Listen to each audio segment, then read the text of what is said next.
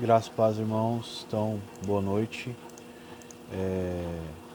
Que o Senhor Jesus venha nos iluminar essa noite para que a gente possa aprender mais a sua palavra,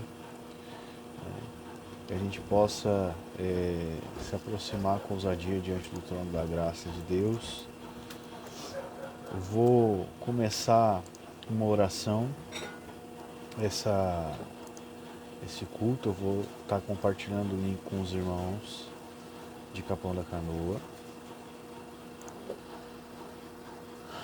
E a gente vai orando, vamos orando agora no começo.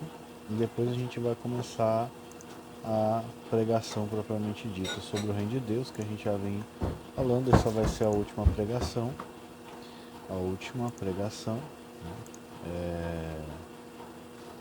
Eu vou aguardar um pouco aqui os irmãos abrirem os links aqui que eu estou mandando. Vou mandar para a comunidade aqui. Vou pegar aqui. Compartilhei aqui. Vamos ver se os irmãos eles vão compartilhando lá também. Bem, vamos orar então. Pai, em nome de Jesus, que o Senhor venha abrir os nossos olhos para que a gente veja a graça, que a gente venha, Senhor, em nome de Jesus,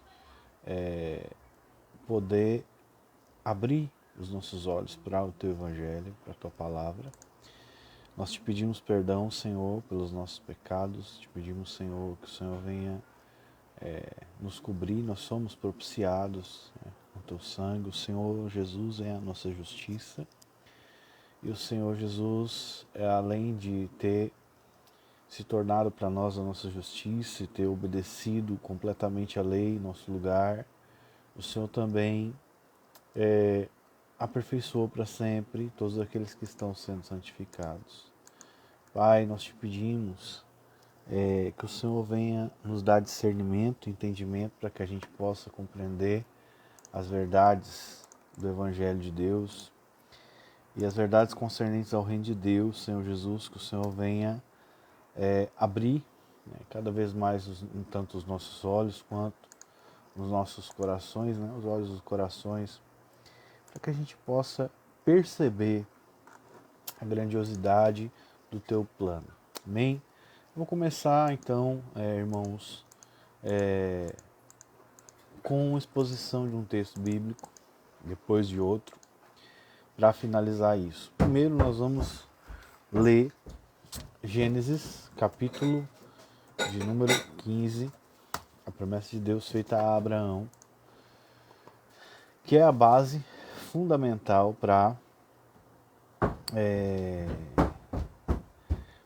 toda a visão de reino messiânico. Então Abraão, aqui no versículo 1 é dito: depois dessas coisas veio a palavra do Senhor a Abraão em visão, dizendo: não temas, eu sou o teu escudo, o teu grandíssimo galardão. Então disse Abraão: Deus, que me has de dar? Pois ando sem filhos, e o mordomo da minha casa é o Damasceno Eliezer. Disse mais Deus: eis que não me tens dado os filhos, e eis que um nascido da minha casa, Abraão disse, Abraão, um nascido da minha casa será o meu herdeiro. Então aqui nós começamos aqui, primeiro com Abraão, com Deus falando com Abraão. A palavra do Senhor veio a Abraão e disse: não tema, Abraão, eu sou o teu escudo e o teu grandíssimo galardão. Deus é o escudo de Abraão. Deus é a recompensa de Abraão. Muitos, eles pensam que eles buscam um galardão. Claro que nós devemos buscar de Deus o seu louvor, mas o próprio Deus aqui diz que é o galardão. Depois ele diz para Deus que ele só tem um herdeiro nascido da casa dele, não tem nenhum filho. Então veio a palavra do Senhor a ele dizendo, versículo 4: este não será o teu herdeiro, mas aquele que de tuas entranhas sair. Este será o teu herdeiro. Aquele que sair das tuas entranhas que vai ser o teu herdeiro. Né? Então,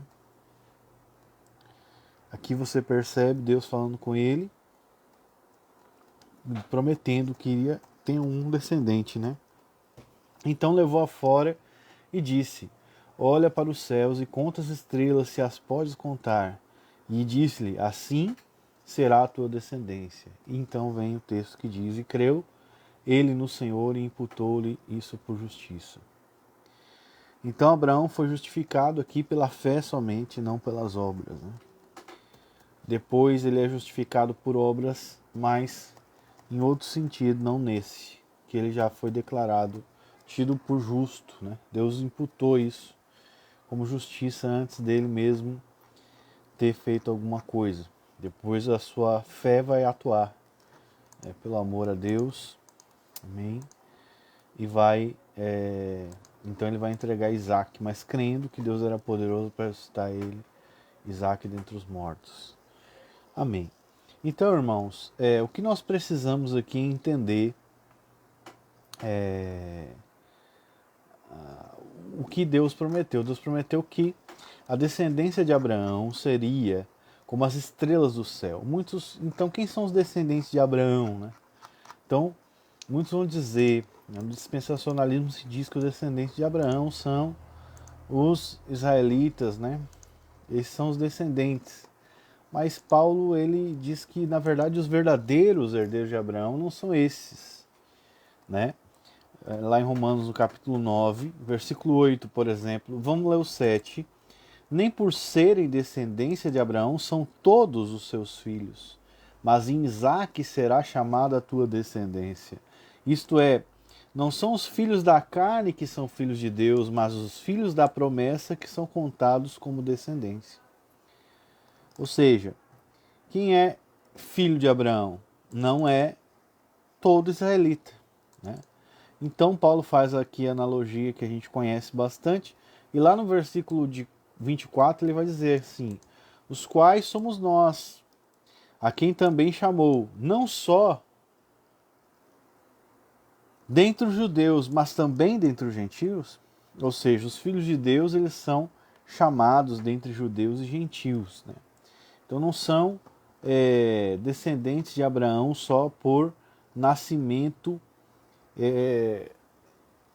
né, por descendência carnal, mas espiritual. Nós vamos ver isso em Gálatas também, né? Gálatas vai trabalhar muito isso, né? Ele vai falar que Abraão teve 2 filhos, né? Lá no capítulo 4, e que nós somos filhos da livre, que é a Sara, né? Tipologia de Sara, né? Também os 2 montes ali, né? Então você percebe que os filhos de Deus, né? Ele vai falar isso ali no versículo 6, ó, Gálatas 4, 5 e 6. Para remir os que estavam debaixo da lei, a fim de recebermos a adoção de filhos. E porque sois filhos, Deus enviou aos seus corações o Espírito do seu Filho que clama: Abba, Pai. Assim já não és mais servo, mas filho. E se é filho, é também herdeiro de Deus por Cristo. Então aqui existe uma relação de pai e filho entre Deus e os seus escolhidos, aqueles que Deus amou antes da fundação do mundo, que são aqueles que creem. Nós sabemos aqui que nós, né, nós cremos, né? Nós cremos, né? Então nós somos filhos de Deus, herdeiros, né, da promessa pela fé. Ok? Isso aí ele vai falar no capítulo 3, tá?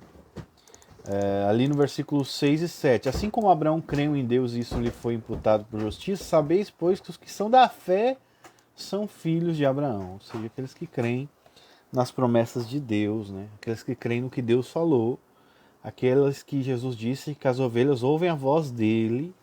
Esses são os filhos de Abraão, que são os eleitos de Deus, né? Que são aqueles que Deus dá a fé. Então, há uma relação aqui de intimidade. Então, para esse descendente que é Cristo, né, Paulo fala E nós que somos os filhos de Deus, que foi prometido que as estrelas, a descendência de Abraão seria como as estrelas do céu, né? Claro que nós vemos aí como Israel, o povo judeu, né? Mas essa promessa aqui, ela se cumpre no espiritual também, né? Na igreja.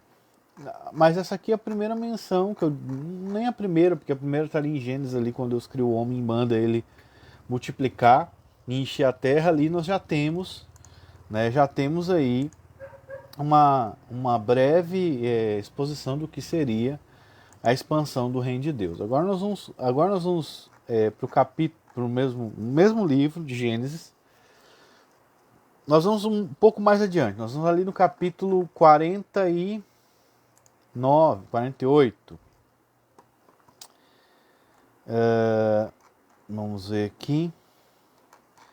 Acho que é o 49. 49. Então, no capítulo 49 de Gênesis aqui, para você entender, Jacó, ele é o exemplo de um cristão, da vida cristã. Por quê? Porque é mais exposto que o progresso de santificação. Então, Jacó, ele é um tipo de um cristão, de como é a vida de um cristão. É mais detalhada a caminhada dele na fé, os erros dele no começo, né? Embora Abraão tenha errado, Jacó né, começa todo errado. E então ele é o que mais amadurece espiritualmente, né? Então ele começa ali, ele é enganador, engana o irmão, engana o pai, né? Mas você percebe que há um desenvolver, graças a Deus, pela graça de Deus e pelo poder de Deus, que transforma Jacó de enganador para uma pessoa né, que tem vamos dizer assim, nós vamos ver aqui, olhos espirituais, né? Então você percebe, Isaac, por exemplo, Isaac, na velhice dele, ele estava cego, né? Claro, é uma analogia aqui que muitos fazem, né? Mas Jacó aqui, no final da vida, consegue enxergar o futuro dos filhos aqui. Ele profetiza a respeito do futuro dos seus filhos. Então nós vamos para Judá, amém? Nós vamos. Então Jacó aqui no capítulo 49, já está no final da vida dele, ele está profetizando sobre o futuro de cada filho. Né? Ou seja, não só do filho, mas da descendência que está nele. Nós sabemos que existe isso na Bíblia porque ali nós sabemos que Abraão, Levi deu o dízimo nos nomes do pai dele, né? Lá em Hebreus nós vemos isso. Então, aqui, Judá representa todos os que estão anexados a essa promessa aqui. Depois nós vamos ver que essa promessa também diz respeito a nós. Na verdade, todas as promessas de Deus têm em Cristo sim e o amém por nosso intermédio, a igreja. Né? Graças a Deus, o Senhor é bom. Então, nós vamos ver aqui, Judá, versículo 8, 49. A ti te louvarão os teus irmãos, e a tua mão será sobre o pescoço dos teus inimigos. Os filhos do teu pai a ti se inclinarão. Judá é o leãozinho, de presa subsiste, filho meu. Encurva-se e deita-te como um leão. E como um leão velho, quem o despertará? O cetro não se arredará de Judá, nem o legislador dentre os seus pés, até que venha Siló, e a ele congregarão os povos. Ele amarrará o seu jumentinho na vide, e o filho da sua jumenta à cepa, mais excelente. Ele lavará a sua roupa no vinho, e a sua capa em sangue de uvas. Então aqui ele está falando de Judá, da descendência de Judá. E que o cetro representa então a autoridade. Não sairia de Judá, autoridade, né, de rei, né, regente. Então você percebe aqui que existe uma promessa de que de Judá viria então aquele que iria reger, que ele queria reinar, ok? Então é um reino glorioso aqui que ele profetiza para Judá. Ok, tudo bem. Vamos continuar então aqui. Nós vamos ler Números, capítulo 23. Por que eu estou fazendo essa exposição aqui? O que isso tem a ver com o reino de Deus? Tudo. tudo, porque Paulo fala em 2 Coríntios 1:20 que em Cristo nós temos todas as promessas de Deus, o sim e o amém, né? Então agora nós vamos ler Números 23, ok? E vamos ler aqui, tá? Balaque, então, ele está profetizando. E a Bíblia aqui mostra, né, que ele vai falar aqui sobre a vinda do Messias. Mesmo que ele seja um falso profeta, né, mesmo que ele seja um falso profeta, ele vai ser usado por Deus para profetizar. Só um momento.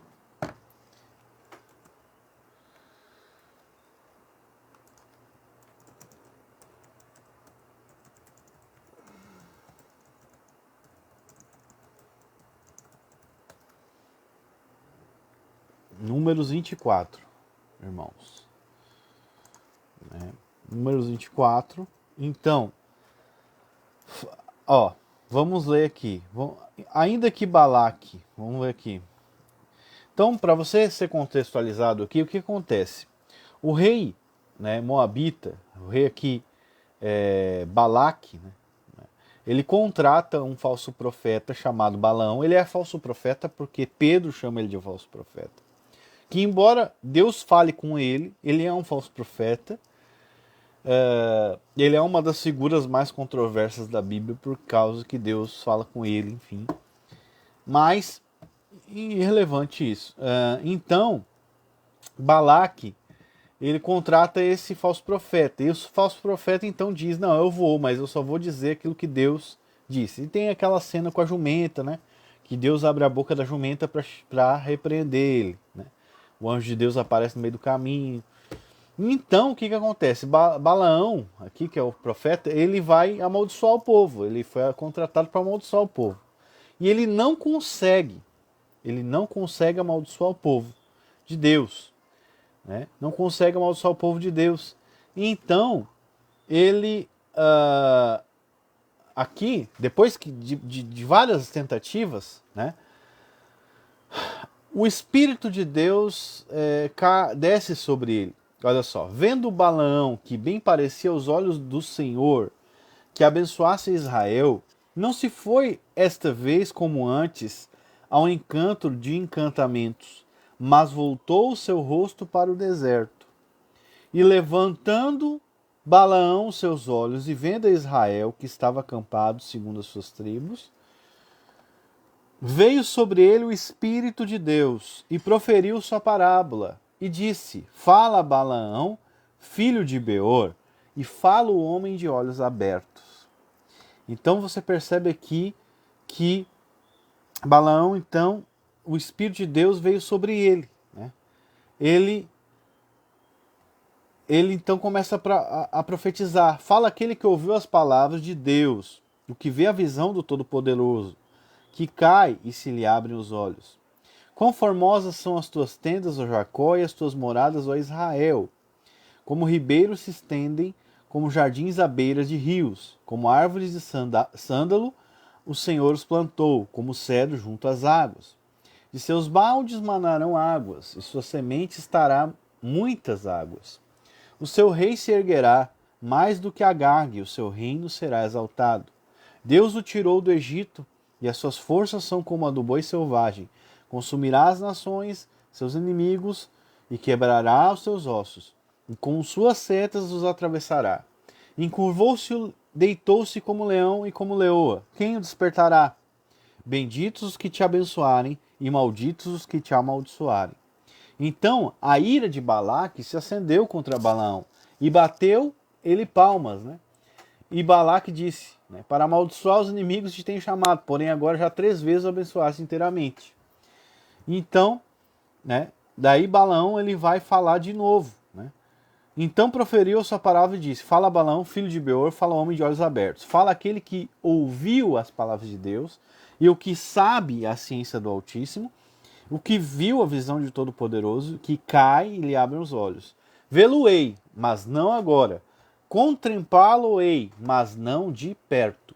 uma estrela procederá de Jacó, e um cetro subirá de Israel, que ferirá os termos dos moabitas e destruirá todos os filhos de Sete. Então, aqui, e Edom será uma possessão, e seus inimigos também serão uma possessão, pois Israel fará proezas. Dominará um Jacó e matará os que restarem das cidades. Então, pronto. Agora, aqui ele amaldiçoou os outros povos ali, os cananeus. Mas aqui, ele fala sobre um cetro que viria, né, de Israel. Então, nós vimos ali que procederia de Judá. Então, muitos interpretam como sendo o próprio Davi, né? Então, agora nós vamos para as profecias messiânicas, onde Jesus, né, é o filho de Davi, o descendente de Davi. Eu vou abrir aqui o salmo mais lido do Antigo Testamento, no Novo Testamento, né? O salmo que é mais citado, que é o Salmo 110, tá? Versículo 1. Então ele vai dizer assim, ó: Disse o Senhor ao meu Senhor: Assenta-te à minha direita, à minha mão direita, até que ponha os teus inimigos por escabelo dos seus pés. O Senhor enviará o cetro da sua fortaleza desde Sião, dizendo: Domina no meio dos teus inimigos. O teu povo será muito voluntário no dia do teu poder, os ornamentos da tua santidade. Desde a madre da alva, tu tens orvalho da mocidade. Jurou o Senhor, e não se arrependerá. Tu és um sacerdote eterno, segundo a ordem de Melquisedeque. O Senhor à tua direita ferirá os reis no dia da sua ira, julgará entre os gentios, tudo encherá de corpos mortos, ferirá a cabeça de muitos países, beberá do ribeiro no caminho, por isso exaltará a cabeça. Então aqui diz que Deus, né, chama esse Senhor de Davi, que é Cristo, né, a sentar-se à direita dele até que todos os inimigos dele sejam colocados debaixo dos seus pés. Então o princípio aqui é que quando esse da profecia, que é Cristo, nós vemos no Novo Testamento, ele se assentasse à destra de Deus, Deus colocaria todos os inimigos debaixo de seus pés. Todos. Então não há uma pausa aqui. Deus, ele vai colocando todos os inimigos debaixo dos pés do Senhor Jesus Cristo. Glória seja dada a Deus. Através de Jesus Cristo, então, todas as nações são submetidas, né, para a glória de Deus. Então nós vemos isso, ok? Então, esse é o primeiro ponto. Quando o Messias viesse, né, em algum momento ele se assentaria à destra de Deus e seria colocado todos os inimigos debaixo dos seus pés, né? Então, no Salmo 2, por exemplo, nós vamos ver também, os Salmos é muito cheio disso, né? Por exemplo, vamos ler desde o primeiro. Por que se amotinam os gentios e os povos imaginam coisas vãs? Os reis da terra se levantam e os governos consultam juntamente contra o Senhor e contra o seu ungido, dizendo: Rompamos as suas ataduras e sacudamos de nós as suas cordas. Aquele que habita no céu se rirá. O Senhor zombará deles, então lhe falará na sua ira, e no seu furor os turbará. Eu, porém, ungi o meu rei sobre o meu santo monte Sião, proclamarei o decreto. O Senhor me disse: Tu és o meu filho, eu hoje te gerei. Pede-me, e eu te darei os gentios por herança e os fins da terra por possessão. Tu os esmigalharás com vara de ferro. Tu os despedaçarás como a um vaso de oleiro. Agora, pois, ó rei da terra, sede prudentes, deixai-vos instruir juízes da terra. Servi o Senhor com temor e alegrai-vos nele com tremor. Beijai o filho, para que não se ire e pereçais no caminho, quando em breve se acender a ira. Bem-aventurado todos que nele confiam. Então, aqui ele está falando sobre Jesus novamente. Então ele fala que os reis da terra se levantam e consultam contra o Senhor e seu ungido. Muitas vezes, esse salmo é citado lá em Atos, né, pela igreja, né, Atos capítulo 4, quando eles tentaram, né? Tentaram não, né? Eles crucificaram Jesus, né? Se levantaram contra Cristo e, por exemplo ali, versículo 25 do Atos 4, tá? Que disseste pela boca de Davi teu servo, porque bramam os gentios e os povos pensaram coisas vãs. Levantaram-se os reis da terra e os príncipes se ajuntaram contra o Senhor e contra o seu ungido. Pois verdadeiramente contra o teu santo filho Jesus, que tu ungiste, se juntaram não só Herodes, mas Ponço Pilatos com os gentios e os povos de Israel, para fazerem tudo que a tua mão e o teu conselho tinham anteriormente determinado que se havia de fazer. Então você percebe aqui, né, que esse salmo se cumpre ali com a crucificação de Cristo. Então o que eles fizeram? Né? Rompamos as suas ataduras, sacudamos de nós as suas cordas. Né? Você vê que as autoridades não aceitaram, né, o reino que Jesus veio, que o reino não era desse mundo, o reino espiritual. Mas Deus disse que ungiu o rei dele sobre o monte Sião. Então Deus não disse que iria ter derrota, não. Proclamarei o decreto do Senhor. O Senhor me disse, tu és meu filho, hoje te gerei. Pede-me, eu te darei os gentios por herança e os fins da terra por possessão.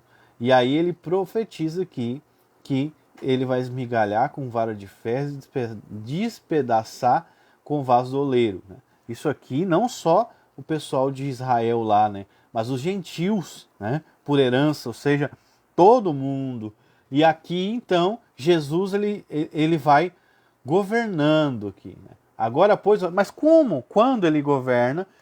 A gente já leu no Salmo 110, né? O Senhor disse ao meu Senhor, assenta-te à minha direita, até que eu ponha os inimigos debaixo dos seus pés. Agora vamos lá. Quando Jesus se assentou à direita de Deus, né? Quando Jesus se assentou à direita de Deus, está lá em Atos, né? Que Jesus se assentou à destra de Deus, né? Então, nós vamos ver isso, né?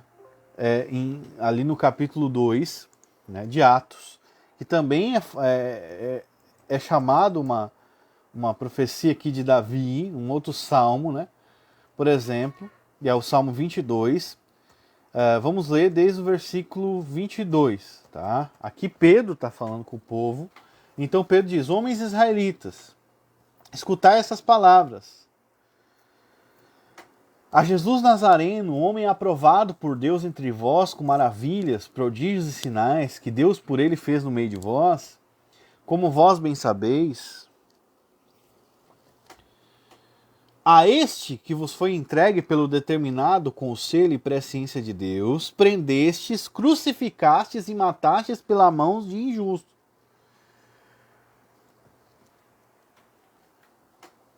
Ao qual Deus ressuscitou, soltas a ânsia da morte, pois não era possível que fosse retido por ela. Porque dele disse Davi, sempre via diante de mim o Senhor, porque está à minha direita, para que eu não seja comovido. Por isso se alegrou o meu coração e a minha língua exultou. Ainda que a minha carne há de repousar em esperança, pois não deixarás a minha alma na morte, nem permitirá que o teu santo veja a destruição. Agora vamos lá. Fizeste-me conhecer os caminhos da vida, com a face me encherás de júbilo. Aleluia. Homens irmãos, seja-me lícito dizer-vos livremente acerca do patriarca Davi, que ele morreu e foi sepultado, e entre nós está hoje a sua sepultura. Sendo, pois, ele profeta, sabendo que Deus lhe havia prometido como juramento, que do fruto dos seus lombos, segundo a carne, levantaria Cristo, para assentar sobre o seu trono. Então presta atenção, muitas pessoas dizem, mas o Cristo se assentaria no seu trono, né? Então tem que ser um trono físico, de Davi lá em Israel. Mas aqui Pedro está dizendo, né? Ele vai sentar no trono de Davi, né? Nesta previsão, disse na ressurreição de Cristo, que a sua alma não foi deixada no inferno, nem a sua carne viu a corrupção. Deus ressuscitou a este Jesus que de todos nós somos testemunhas, de sorte que, exaltado pela destra de Deus e tendo recebido do Pai a promessa, derramou sobre vós agora o que vides e ouviste. Então ele está assentado, né, à destra de Deus, porque Davi não subiu aos céus, mas ele próprio diz: disse o Senhor ao meu Senhor, assenta-te à minha direita, até que ponha os seus inimigos por escabelo dos seus pés.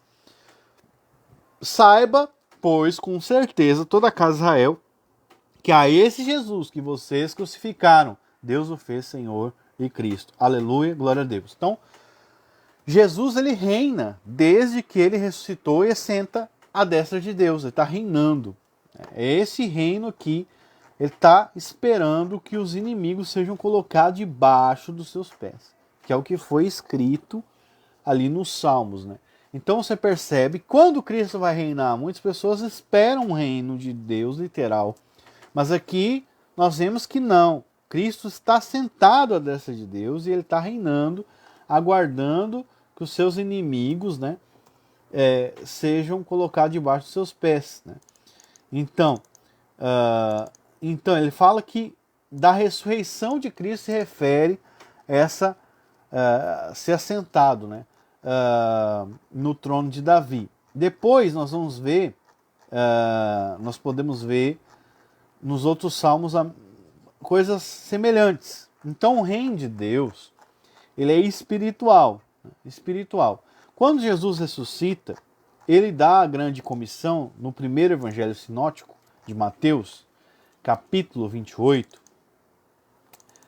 Ele dá a grande comissão, e geralmente as pessoas leem isso aqui em batismos e muitas vezes, né, para motivar o povo a evangelizar, é muito importante, e dizem: portanto, ide, fazei discípulos de todas as nações, batizando-os em nome do Pai, do Filho e do Espírito Santo, ensinando-os a guardar todas as coisas que vos tenho mandado. Eis que estou convosco todos os dias até a consumação dos séculos.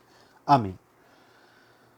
Então, irmãos, as pessoas pegam esses dois versículos aqui e começam a falar, né?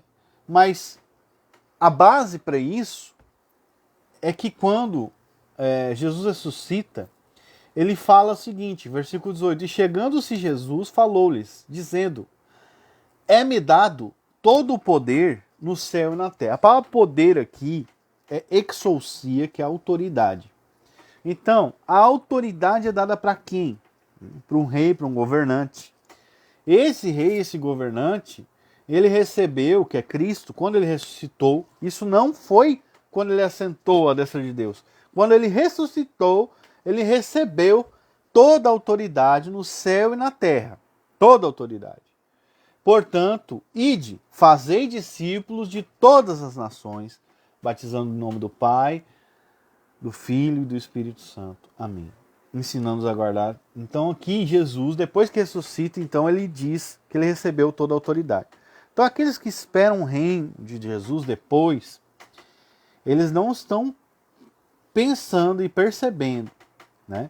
Jesus não vai levantar do seu trono no céu enquanto Deus não colocar, Salmo 110, a gente leu ali, depois Pedro leu de novo, todos os inimigos debaixo dos seus pés. Vamos ler lá 1 Coríntios 15. 1 Coríntios capítulo 15. Hoje nós vamos ler bastante a palavra de Deus para a gente poder ter uma base bem sólida para você entender o raciocínio básico.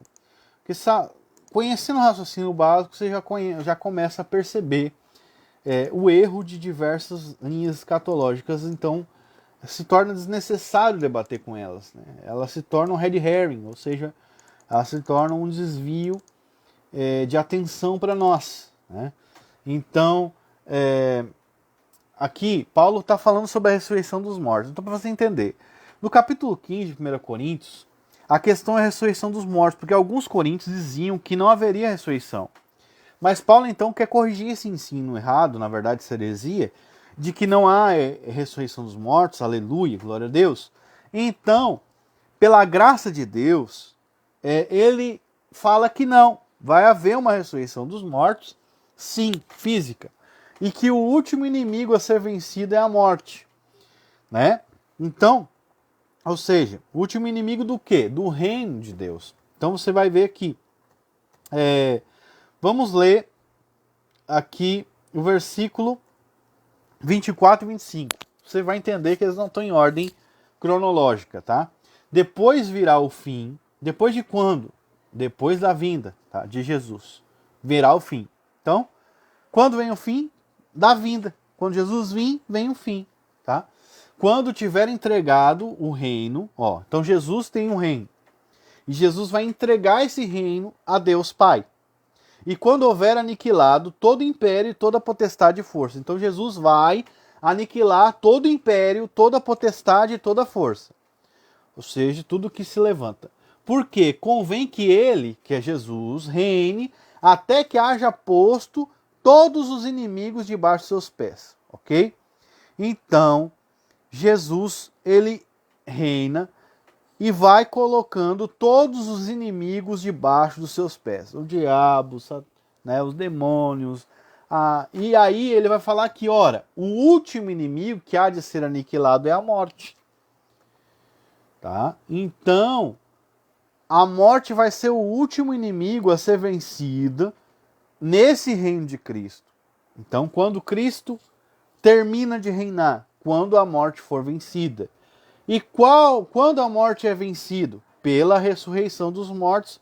É esse o contexto de 1 Coríntios. Então, você tem que entender, Cristo reina até os mortos ressuscitarem. Depois disso, não tem reino. Ele entrega o reino ao Pai. Por isso não existe esse negócio de um milênio literal. Ele está reinando agora e ele vai reinar até a ressurreição. Né? Então, arrebatamento, secreto, essas outras coisas que você vê por aí, elas são todas coisas que não batem com a visão bíblica de reino de Deus. Né? Então, depois nós vamos ler Mateus 24. Eu vou ler mais alguns versículos, alguns textos bíblicos aqui. Então, Cristo reina até que a morte seja vencida pela ressurreição dos mortos. Então vem o fim. Ele entrega esse reino ao Pai. Então é uma questão administrativa aqui, né? Cristo reina, depois ele coloca os inimigos debaixo dos seus pés, ele tem os inimigos sujeitos, né, por Deus, e então ele entrega o reino ao Deus e Pai. Amém? Então não tem um reino depois da ressurreição, né? Então, nós temos que entender Apocalipse 20 agora. Por quê? Porque justamente parece o contrário. Aí tu vai ter que me explicar, Yuri, mas vamos lá, vou procurar te ajudar aqui. Tá? Vamos lá. Ele vai falar aqui sobre a ressurreição. Então vamos ver aqui Apocalipse 20.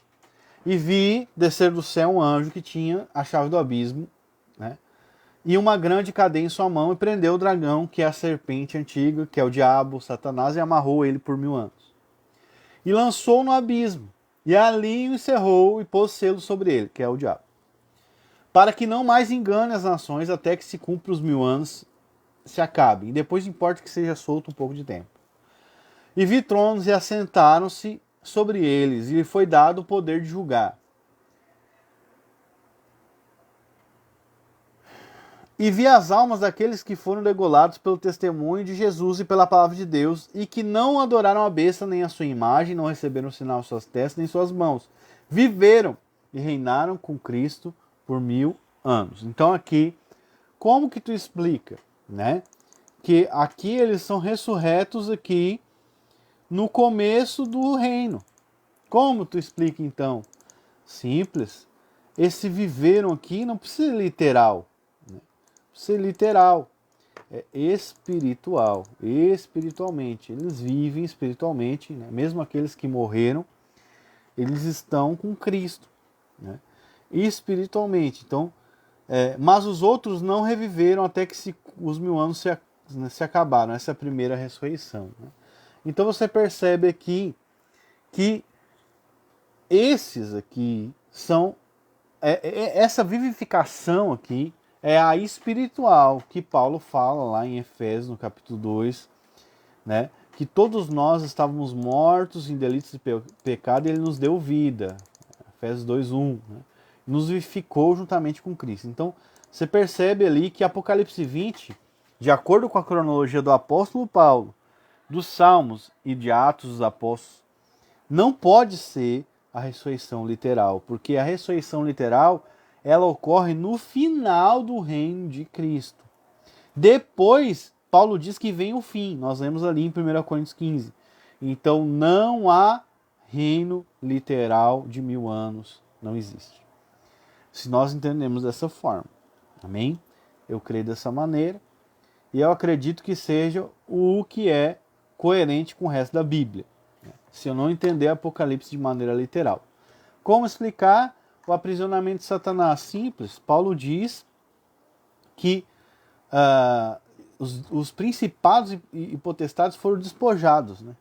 E também fala de uma aniquilação de Satanás lá em Hebreus no capítulo 2. Então, vamos ler aqui. Alguns irmãos, então Satanás está preso, como é isso? Claro, obviamente não se trata de uma prisão literal. O diabo, ele obviamente, ele age na terra, mas ele tem o seu poder, então, aniquilado pelo Evangelho, né? Pela cruz de Cristo, né? Pela graça de Deus. Aleluia. Pela fé. Então, nós vamos ler aqui, por exemplo, onde está aqui, vamos lá, meus irmãos.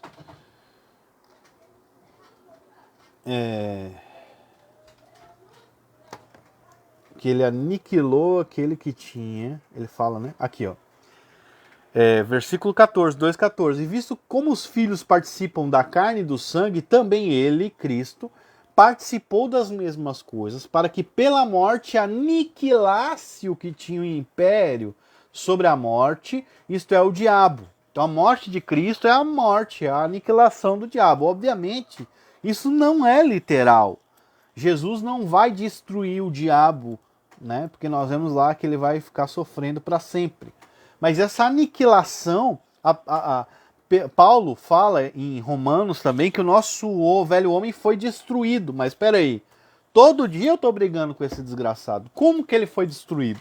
Não é literal. Ele foi destruído, o seu poder foi tirado pela graça de Deus, pela fé em Cristo Jesus. Esse velho homem, ele foi destruído nesse sentido. Mas eu tenho que destruí-lo todo dia, pela graça. Mas a mesma coisa ocorre aqui. Mesma coisa. Então, pela morte, Jesus aniquilou aquele que tinha o império sobre a morte, que é o diabo. E livrou todos que tinham medo da morte. Então você percebe aqui que você tem algo usado, uma figura de linguagem aqui. Depois você tem Colossenses, que eu já citei, mas vou ler. Então, como que o diabo foi preso? Dessa maneira que eu estou dizendo aqui. O seu poder foi tirado. Não estou dizendo que o diabo literalmente está preso e não faz nada. Não, ele faz um monte de coisa, um monte de desgraça. Mas o poder dele, a autoridade dele, a armadura dele foi tirada, né? Vamos ler mais um texto, então. Então, aqui falando da crucificação, né? Vamos ler Colossenses 2, 13 em diante. 13. E quando vocês estavam mortos nos pecados e na incircuncisão da vossa carne, vos vivificou juntamente com ele, com Jesus, perdoando-vos as vossas ofensas. Então, como que a gente foi perdoando? Havendo riscado a cédula que era contra nós nas suas ordenanças, a qual de alguma maneira nos era contrária, e atirou do meio de nós, cravando na cruz, porque a lei, ela nos, né, principalmente as cerimônias lá, né, elas eram uma contrária à vida, né, gentílica, que ele está falando com os colossenses, né. Então, depois, o 15, despojando os principados e potestades, os expôs publicamente, e deles triunfou em si mesmo. Aí alguém vai dizer, não, é os principados e não o diabo, mas o diabo é um principado, ele é um príncipe. A palavra principado é um príncipe. Tá? Jesus chama príncipe desse mundo, então ele está falando de todos os tipos de principado. Então Jesus, ele despoja. O que é despojar? Quando tem uma guerra, aleluia, quando tinha uma guerra, então, o general inimigo era tirado toda a armadura dele, né? e ele era despojado daquela armadura. Também aquela cidade que foi vencido, aquele acampamento militar era despojado. As suas armas, a sua armadura era tirada. Então a força do diabo, ela foi tirada pela cruz. Porque aquilo que podia nos matar era a lei de Deus só. Mas nós não estamos debaixo da lei, sim da graça de Deus. Então, nos colocando debaixo do propiciatório que é Cristo, claro, imprimindo a sua lei dentro de nós e nos fazendo obedecer pela graça e não por obras, nós então fomos colocados, né, numa posição agora, pela graça de Deus, pela sabedoria do Espírito, onde o diabo não tem mais esse poder. Entende? Então, nesse sentido, então, o diabo é despojado do seu poder, né, em diversos outros. Né? Nós podemos ver muitas outras coisas, irmãos, mas não vai dar para ver tudo, então eu vou ler mais alguns textos. Eu vou ler um Salmo 72, que eu particularmente gosto. Tá? Ó Deus, dá ao rei os teus juízos e a tua justiça ao filho do rei. Ele julgará quem? O filho do rei. Quem é o filho do rei? Quem é o descendente de Davi? Jesus Cristo, é o Messias. Ele julgará o teu povo com justiça e os pobres com juízo. Os montes trarão paz ao seu povo e os outeiros justiça. Julgará os aflitos do seu povo, salvará os filhos do necessitado e quebrantará o opressor. Temer-te-ão, quando a gente fala dessas profecias bíblicas sobre a expansão do reino de Deus, isso gera muita esperança e fé em nosso coração. Então, você percebe que é algo totalmente diferente de qualquer outra doutrina escatológica. Você percebe que há uma visão de vitória, uma visão não de derrota, não uma vitória carnal, porque a gente sabe que a gente não pode, mas uma vitória daquela fé que vence o mundo, né? Que é a fé dos filhos de Deus. Mas vamos lá. Temer-te-ão enquanto durarem o sol e a lua, de geração em geração. Ele descerá como chuva sobre a erva ceifada, como chuveiros que umedecem a terra. Nos seus dias florescerá o justo e abundância de paz haverá enquanto durar a lua. Dominará de mar a mar e desde o rio até as extremidades da terra. Então, quando isso vai acontecer? Já está acontecendo. O cristianismo tem avançado e eu creio que vai avançar cada vez mais em nome de Jesus, pela graça de Deus, através de você, meu irmão que está aí ouvindo, através de outros irmãos que estão em diversos lugares do mundo, tá? Aqueles que habitam no deserto se inclinarão ante ele, e os seus inimigos lamberão o pó. Os reis de Tarsis e das ilhas trarão presentes, os reis de Sabá lhe oferecerão dons. Todos os reis da terra se prostrarão perante ele, todas as nações o servirão, porque livrará o necessitado quando clamar, e também ao aflito e ao que não tem quem o ajude. Compadar-se-á do pobre e do aflito, e salvará as almas do necessitado. Libertará as suas almas do engano e da violência.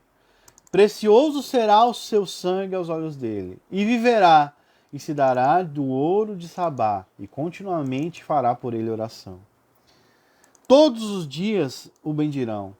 Haverá um punhado de trigo sobre a terra, sobre as cabeças dos montes. O seu fruto se moverá como o Líbano. E os da cidade florescerão como erva. O seu nome permanecerá eternamente. O seu nome irá propagar de pais e filhos enquanto o sol durar. E os homens serão abençoados nele. E todas as nações lhe chamarão bem-aventurado. Bendito seja o Deus, o Senhor Deus, o Deus de Israel, que só ele faz maravilhas. Bendito seja para sempre o seu nome glorioso. Encha-se toda a terra de sua glória. Amém, amém. Aqui acabam as orações de Davi, filho de Jessé. Então você percebe, dominará ele de mar a mar. Ok. Vamos ler mais dois textos, então vou encerrar. Daniel, capítulo 2. Esse texto é uma pedra. Ele é uma pedra, né? Então aqui no capítulo 2, para você entender, o rei Nabucodonosor, que era o rei da Babilônia, glória a Deus, ele teve um sonho. E nesse sonho, ele chamou todos os astrólogos, né? E queria que eles, encantadores, queriam que eles dissessem o que ele tinha sonhado. Mas, obviamente, esses adivinhos não conseguiam dizer o que ele tinha sonhado, né? E eles disseram, não, é impossível, né? E ele, então vou matar vocês, né? Não. Aí eles disseram, não, conta o sonho para nós. Ele, não vou dizer, vocês têm que me dizer o sonho, né? E aí o rei, não, vocês vão morrer. Aí eles chamam Daniel, né? Chamam Daniel e aí então ele ora, vai orar, né? Ele ora, eles pedem misericórdia a Deus, né, para revelar o mistério que foi o sonho de Nabucodonosor. E ele diz, né, então foi revelado lá no versículo 19, Daniel 2, o mistério a Daniel numa visão de noite. Então Daniel louvou o Deus do céu. Falou Daniel dizendo, seja bendito o nome de Deus de eternidade em eternidade, porque dele são a sabedoria e a força. Ele muda os tempos e estações, remove reis e estabelece reis, dá sabedoria aos sábios e conhecimento aos entendidos.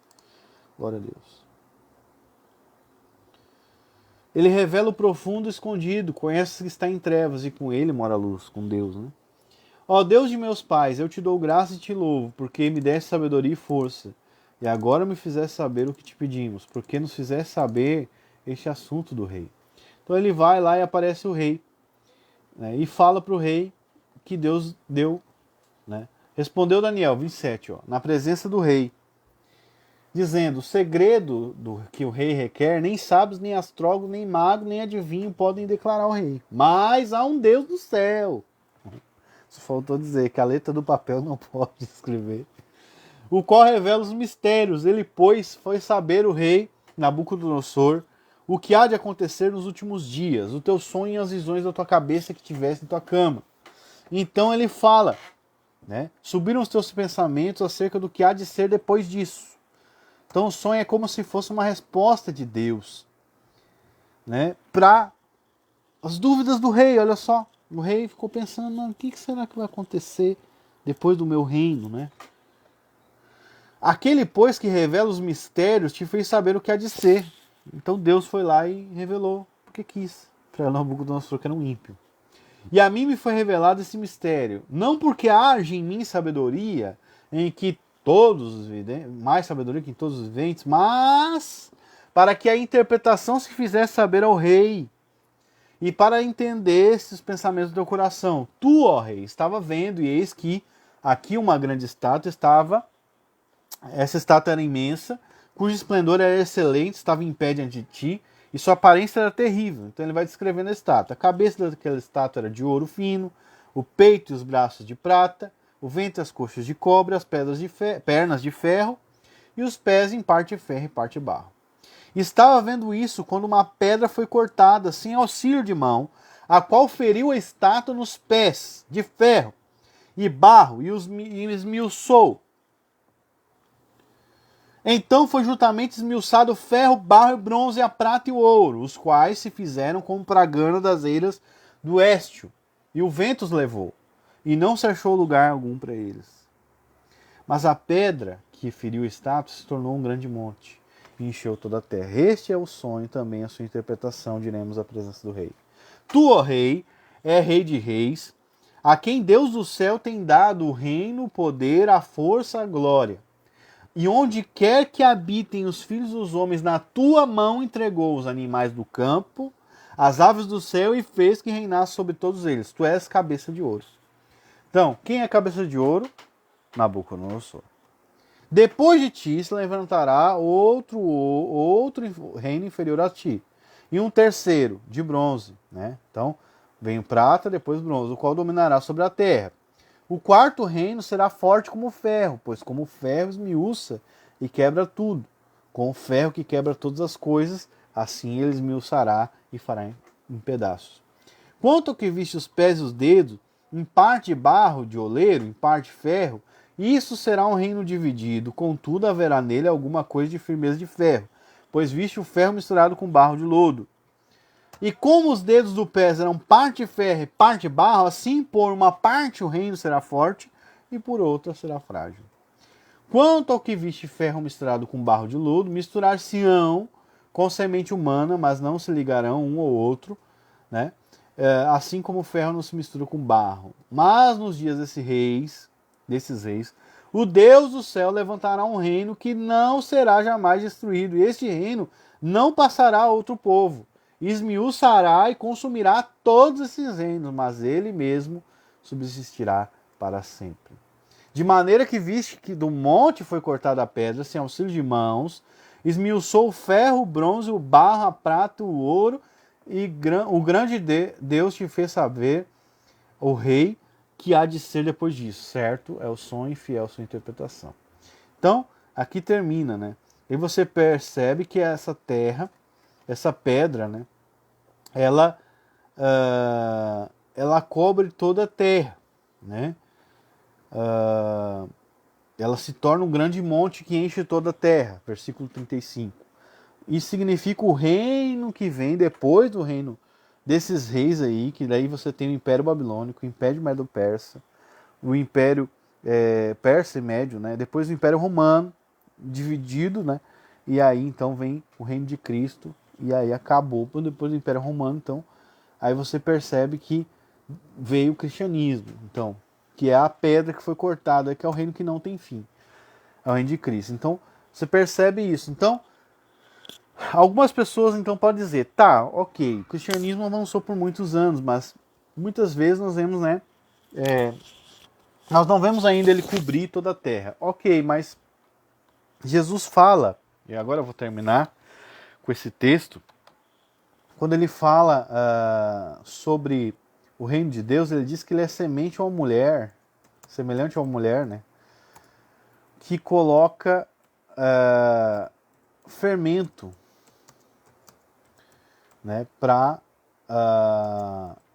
levedar a massa, né? Eu vou procurar aqui, tá nos evangelhos, né, no Evangelho de Mateus. Então, tu percebe que é aos poucos, é gradativo, não é uma coisa que acontece. Mateus 13, 33, tá? Então, eu vou ler aqui na Bíblia online aqui mesmo. Aqui, outra parábola lhes disse: o reino dos céus é semelhante ao fermento que uma mulher tomou e misturou com 3 medidas de farinha até ficar tudo levedado. Né?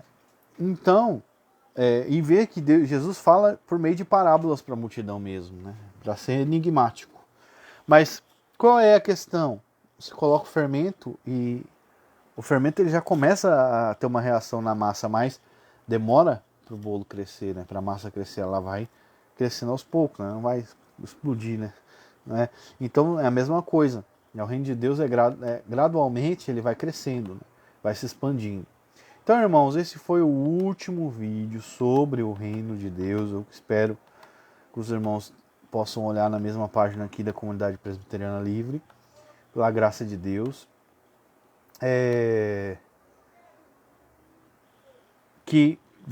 Espero que você olhe aqui, que o reino de Deus é espiritual em primeiro lugar. Claro que ele é. E o reino de Deus ele tem a ver com perdão, mais com perdão, né, com misericórdia. Por que eu digo isso? Porque ele é a restauração de pecadores, né? Restauração daqueles que pecam. Né? Claro que ele é um reino de justiça, né? Como foi prometido, mas Jesus ele veio e ele demonstra então que nenhum homem consegue cumprir a lei. Né? O reino de Deus ele é justiça, ele é a justiça que vem de Cristo, ele é aquela justiça que nos é imputada, ele é a declaração de Deus de que nós somos justos porque alguém obedeceu a lei, não nós. Então ele deve nos manter humildes e ele é um reino de perdão, né? Porque Jesus ele nos aperfeiçoou para sempre. Então, como nós somos perdoados, nós devemos perdoar. Esse, em primeiro lugar, é o reino de Deus. É totalmente justo, por quê? Porque alguém pagou.